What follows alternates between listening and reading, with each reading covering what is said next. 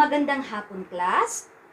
Okay, bago na tayo mag-umpisa sa ating aralin, sa hapon ito, magsitayo muna ang lahat para sa ating pagdarasal. Okay, Miss Galigaw, pangunahan mo yung ating pagdarasal. Sa ngalan ng Ama, ng Anak, at ng Espiritu Santo. Amen. Sa ngalan ng Ama, ng Anak, at ng Espiritu Santo. Magandang hapon, class. Okay, magaling. Bago natin umpisahan ang lahat, itatala ko muna kung sino yung lumilibad sa klase ngayon ha. Kahit naka-virtual tayo, ay tinitingnan ko pa rin kung sino yung nandito at sino yung mga lumiliban. Naunawaan? Okay, sino ba sa atin yung lumiliban? Okay, magaling at walang lumiliban sa araw na ito. Okay. Ngayon, class, ay magbabalik-aral muna tayo sa ating paksa na tinalakay kahapon. Ngayon, class, sino sa inyo ang nakakaalala sa paksa na ating tinalakay kahapon? Okay, Mr. Doong? Magaling, ito ay tungkol sa mga salik ng pagkonsumo. Ngayon, class, sinong makapagbibigay ng mga salik na nakakaapekto sa pagkonsumo? Okay, Mr. Habunilio? Magaling, ito ay tungkol sa kita, presyo, panahon o inaasahan, utang o mga obligasyon, at demonstration effect. Magaling. Ngayon, class, dadako tayo para sa paganyak. Class, may ipapakita ako sa inyong mga larawan dito. Tingnan nyo ng mabuti, class. Okay? Pagmasdan nyo at suriin nyo kung ano ang kaugnayan o koneksyon nito para sa panibagong paksa na ating tatalakayin sa hapong ito. Okay. Okay, class. Ano-ano ba ang nakikita ninyo sa larawan na aking ipinapakita? Okay, may nakikita kayong calculator. Tama, magaling. Isang tao na tinitingnan yung kalidad ng kanyang pinamili.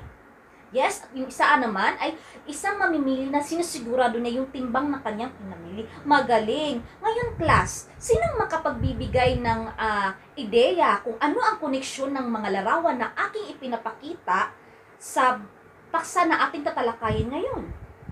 Okay, Mr. Rodriguez? Magaling. Salamat sa iyong kasagutan. Okay, class.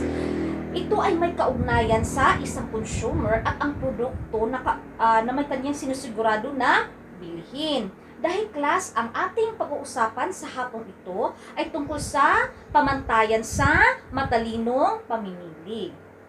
Okay, magaling. Maraming salamat sa inyong mga kasagutan. Ngayon naman ay dadako tayo para sa isang gawain. Bago natin talakayin yung pamantayan sa matalinong mamimili, ay magkakaroon muna tayo ng isang gawain. Okay, para sa gawain na aking ipapagawa ay magbibigay ako sa inyo ng isang sitwasyon at sasabihin niyo kung ano ang batayan na inyong ginagawa sa sitwasyon na aking ibibigay. Naunawaan ba? Okay.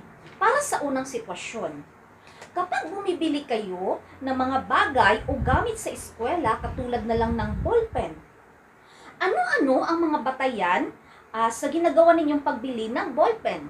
So, sinong makakasagot? Okay, Miss Mir? Tama, maraming salamat. Para sa iyo, tinitingnan mo yung brand nito. Sino pa? Sino pa makapagbibigay ng sagot sa inyo? Okay, Mr. Rodriguez? Tama, sinisigurado mo muna yung budget rin na dala-dala bago mo bilhin yung isang bagay. Kung ito ba ay magkakasya. Magaling. Okay, ngayon naman, para sa ikalawang sitwasyon, kapag inutusan kayo ng inyong nanay na bumili ng mangga sa palengke, paano ninyo sinusuri ang isang produkto? Okay, sino ang makapagbibigay ng kasagutan? Okay, Miss Pakibot? Magaling! Tinitingnan muna yung kalidad dito kung ito ba ay matingkad at walang pasa. Magaling! Ngayon naman, sino pa ang makapagbibigay? Okay, Mr. Habunilio? Tama. Tinitingnan nyo muna yung timbang kung ito ba ay sakto or sapat sa na kilo na iyong binibili. Magaling. Magbigay naman palakpakan naman niyo inyong mga sarili sa inyong mga kasagutan. Maraming salamat at ako'y natutuwa at nagkakaroon kayo ng mga ideya or mga sarili ninyong batayan kung paano ninyo binibili ang isang produkto. Okay.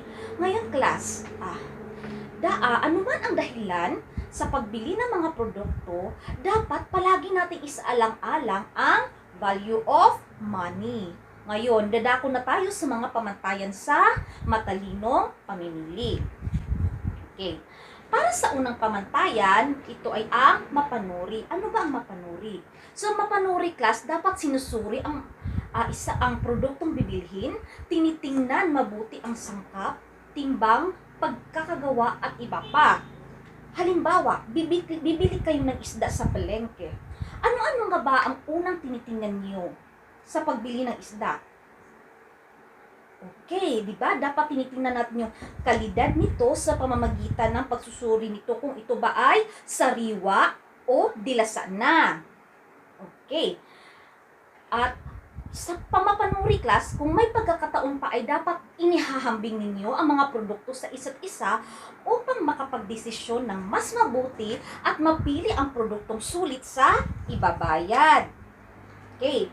So, sa ganitong pagkakataon, class, ay masasabi mong ikaw ay isang mapanuring mamimili. Ngayon, dadako naman tayo sa pangalawang pamantayan sa pamimili. At ito ang may alternatibo o pamalit.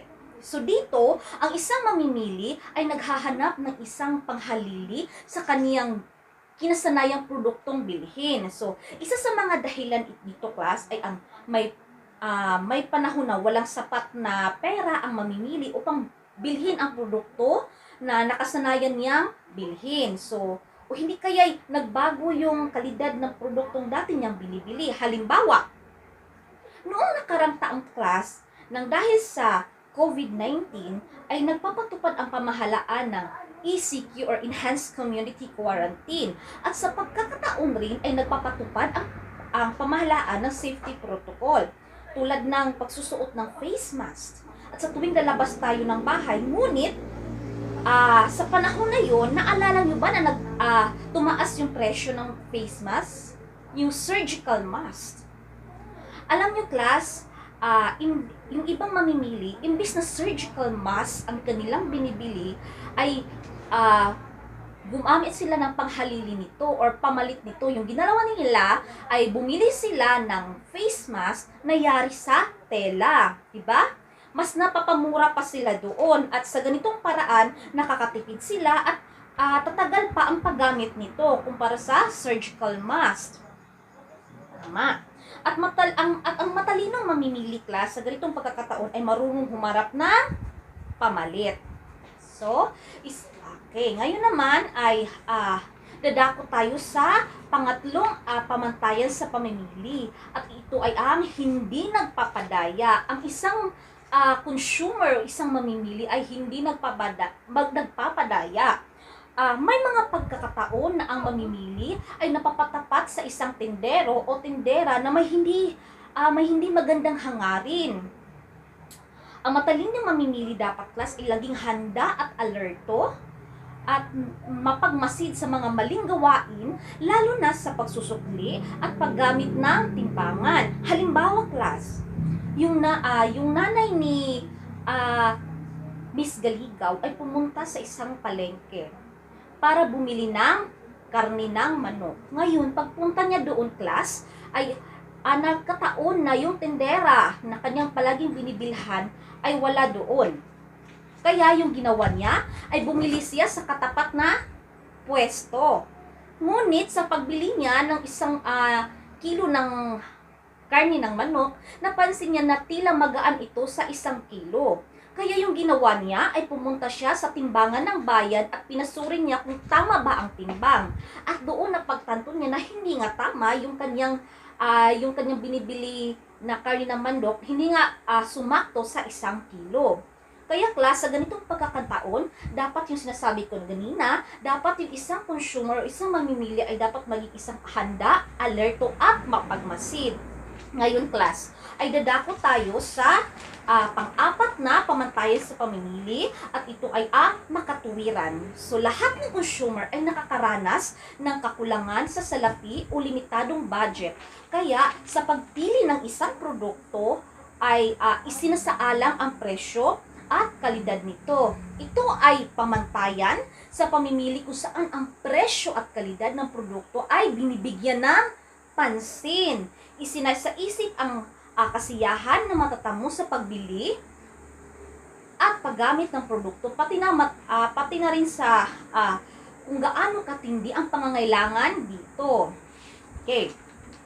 Halimbawa, sa pagbili ng produkto, mahalagang pakasuriing mabuti na yung kung mas mataas na kalidad ang mga produkto, sigurado na ang presyo nito ay naaayon sa suggested retail price o SRP na ipinapatupad ng Department of Trade and Industry. So sa pagganitong pagkakataon, ang isang consumer ay makatuwiran kapag inuuna ang mga bagay na mahalaga kumpara sa mga luho lamang. Okay. Ngayon naman ay dadako tayo sa panglimang pamantayan sa pamimili at ito ay ang sumusunod sa budget. So, ito ay kaugnay sa pagiging makatuwiran ng matalinong consumer. Tinitimbang niya ang mga bagay-bagay ayon sa kaniyang budget. So, hindi siya dapat nagpapadala sa popularidad ng produkto na may mataas na presyo upang matiyak na magiging sapat ang kaniyang salapi sa kaniyang pangangailangan. Halimbawa, kayo ba ay mahilig bumili kahit wala naman sa budget? Basta na lang bibili na kung anong-anong magugustuhan na hindi tinitingnan kung sapat pa ba ang inyong budget? Magaling at wala sa inyo yung ganyan, di ba? Okay. Ano kaya ang mangyayari, class, kapag bumibili ka ng produkto na hindi mo naman pinaglalaanan ng sapat na salapi? Magaling. Ang mangyayari hahantong sa hindi mo mabibili yung mga importanteng gamit dahil nga naubusan ka na ng pera. Okay. So dapat, kung kayo ay bibili, mas nakakatulong kung sa inyong ililista ang inyong dapat bibilhin na pasok naman sa inyong budget at matitiyak pa na sa pamamagitan ninyo dito, mas matitiyak nyo pa na mas mabibili yung mga produkto na importante. Ngayon naman, dadato po tayo sa pang-anim na pamantayan sa pamimili. Ang isang consumer ay dapat hindi nagpa-panic buying. Okay. Ito ay ang pagbili ng labis-labis sa mga pangangailangan sa pag-aakalang mauubusan na ng produkto dahil sa banta ng kakulangan ng supply o di kaya sa kalamidad. Halimbawa, sa kasalukuyang pangyayari ng bansa dahil sa COVID-19, sa panahong nag-anunsyo ang pamahalaan ng bansa na sa ilalim tayo sa enhanced community quarantine, di ba napansin nyo na karamihan sa mga namimili ay nagpapanic buying? Naalala nyo ba yung class? Nung nakaraang taon? Okay. Di ba napapansin nyo na karamihan sa mga namimili ay nagpapanic buying, di ba? Dahil nga sa bawal ang paglabas at sa takot na maubusan ng supply ng produkto. So sa ganitong gawain, class, ay maaaring hahantong sa shortage. So, maaaring hahantong sa shortage na maaaring dahilan sa pagtaas ng mga bilihin. Kaya, isa na rin sa dahilan nito ay yung kakulangan na bunga ng pagtatago ng mga produkto na may upang mapataas ang presyo. So sa ganitong pagkakataon, class, kapag ikaw ay isang matalinong mamimili, dapat hindi mo ikinababahala dahil alam mong ang pagpapanik buying ay lalo lamang nagpapalala ng sitwasyon. Tama ba? Okay, magaling. Ngayon naman, dadako tayo sa panghuling pamantayan sa pamimili at ito ay ang hindi nagpapadala sa anunsyo. So, ang pag-i-endorso ng mga artista ay hindi nakapagbabago sa pagkonsumo ng isang matalinong consumer. Ang kalidad ng produkto ang tinitingnan at hindi ang paraan ng pag-anunsyo na ginamit. So, halimbawa nito, makikita mo sa isang patalastas na ang iyong idolo na artista ay may in-endorso na produkto, halimbawa shampoo. Okay. Kapag ba idulo ninyo ang nag-i-endorso ng isang produkto, binibili nyo ba agad ang produkto? Magaling at hindi nyo ginagawa yung mga ganung bagay. So dito bilang isang matalinong mamimili class ay ang kalidad ng produkto ay kailangan kilatising mabuti at kung ito nga ba ay tunay na kailangan natin at dapat hindi nagpapadala sa paraan ng pag-anunsyo ng produkto. Okay. So dito class, ating pakakatandaan na ang pagbili at ang pagdidesisyon sa uri na dami ng produkto na ating bibilihin ay nakasalalay sa ating mga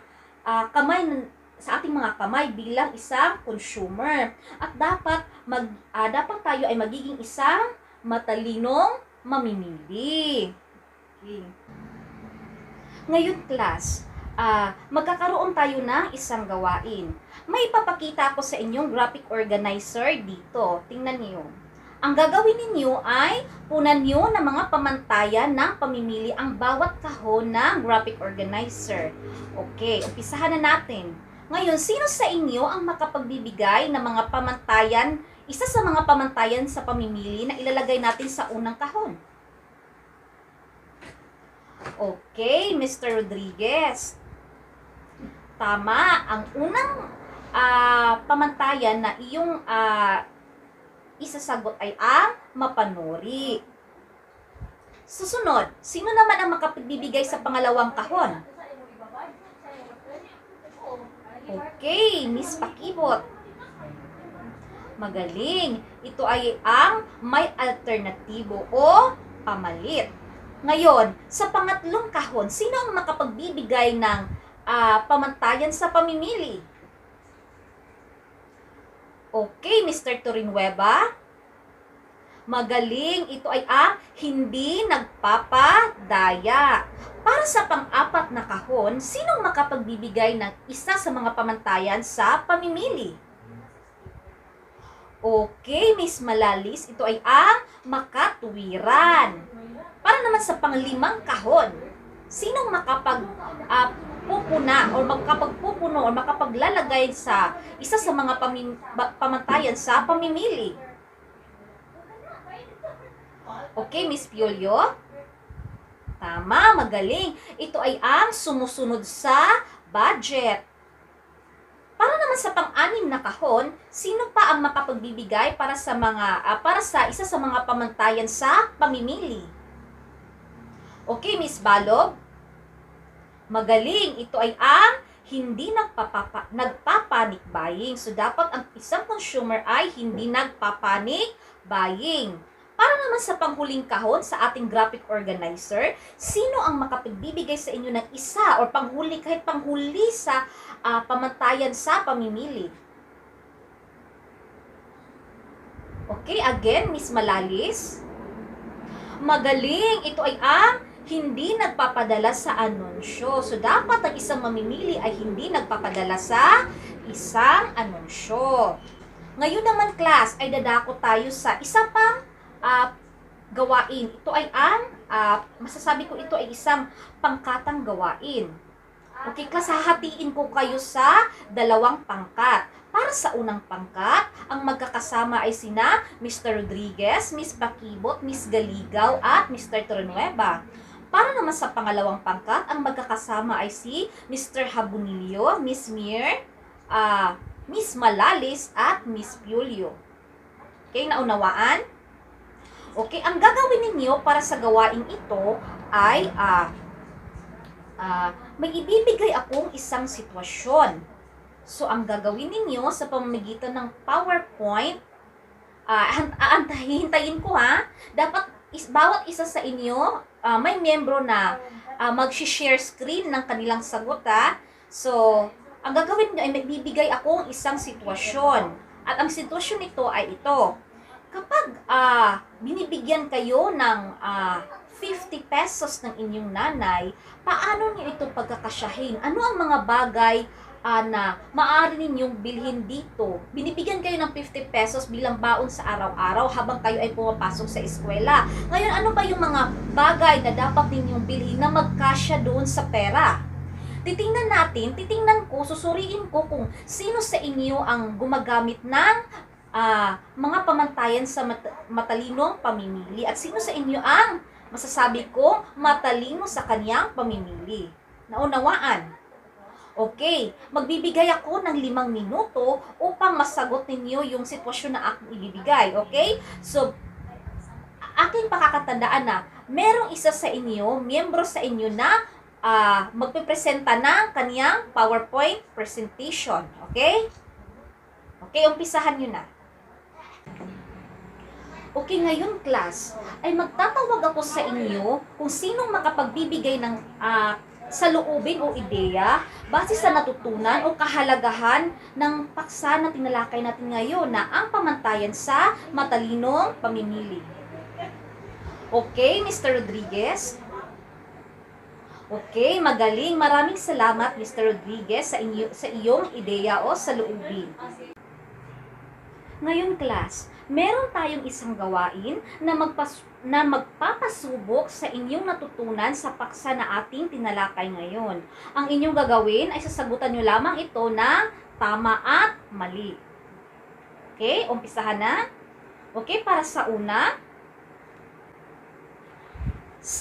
binibilang ni Ana ang sukli bago umalis sa tindahan. Okay, sinong makapagbibigay ng sagot? Okay, Miss Balog? Ang iyong kasagutan ay tama? Okay, ating susuriin kung tama nga ba? Magaling! Ito ay tama. Para sa pangalawa, palaging sinusuri ng aking kapatid kung ang presyo ng kanyang kung ang presyo ng damit na kanyang nais bilhin ay angkop sa kalidad nito. Sino makapagbibigay ng kasagutan? Okay, Mr. Duong? Tama ang iyong kasagutan. Ating susuriin kung ito ba ay tama. Tama, magaling. Ang iyong kasagutan ay tama. Ngayon, class, ay dadako tayo para sa inyong takdang aralin o nagsisilbi na ring project-based learning. Sa proyekto na aking ipapagawa, class, ay ang gagawin ninyo ay magpapanayam kayo sa mga ina ng tahanan sa inyong lugar. 2 o 3 mga ina na inyong kakapanayamin tungkol sa mga nagiging batay nila sa pamimili. At susuriin ninyo kung sila ba ay isang matalinong mamimili. Okay. Habang ginagawa ninyo ang inyong panayam sa mga ina, dapat kinukuhanan ninyo ito ng video. At huwag kalimutang humingi ng paumanhin sa ina na inyong kakapanayamin na kukuhanan ninyo ito ng video para sa presentasyon sa klase. Itong gagawin ninyo, class, ay yung video na inyong gagawin ay ipapakita ninyo sa klase. Naunawaan ba? Sa pagkakataong ito ay dapat masuri ninyong mabuti yung pagkakaiba ng bawat ina na inyong kakapanayamin kung ano yung pagkakaiba nila sa bawat pamantayan na kanilang ginagawa sa pamimili. Naunawaan? Itong project na ito, class, ay nagsisilbing project ninyo sa loob ng unang markahan. Naunawaan? Okay. Para sa inyong gabay ay may ibibigay akong rubrics. Pakitingnan ng maigi or pwede ninyong kopyahin or i-screenshot ninyo yung rubrics na aking ipapakita upang maging gabay ninyo sa paggawa ng isang panayam. Naunawaan? Okay, narito yung rubrics na aking ipapakita. Okay. Ngayon, class, ako'y nagpapasalamat sa inyong partisipasyon sa paksang ating tinalakay ngayon. At sana ay maisa sa buhay ninyo ng maayos ang lahat ng pamantayan sa pamimili na nabanggit kanina. Magagawa niyo ba yun? Magaling. Okay? Ngayon ay natatapos na yung ating talakayan at pwede na kayong, kung sino yung gustong mag-leave, pwede na. Okay, paalam, class. Okay, paalam at maraming salamat.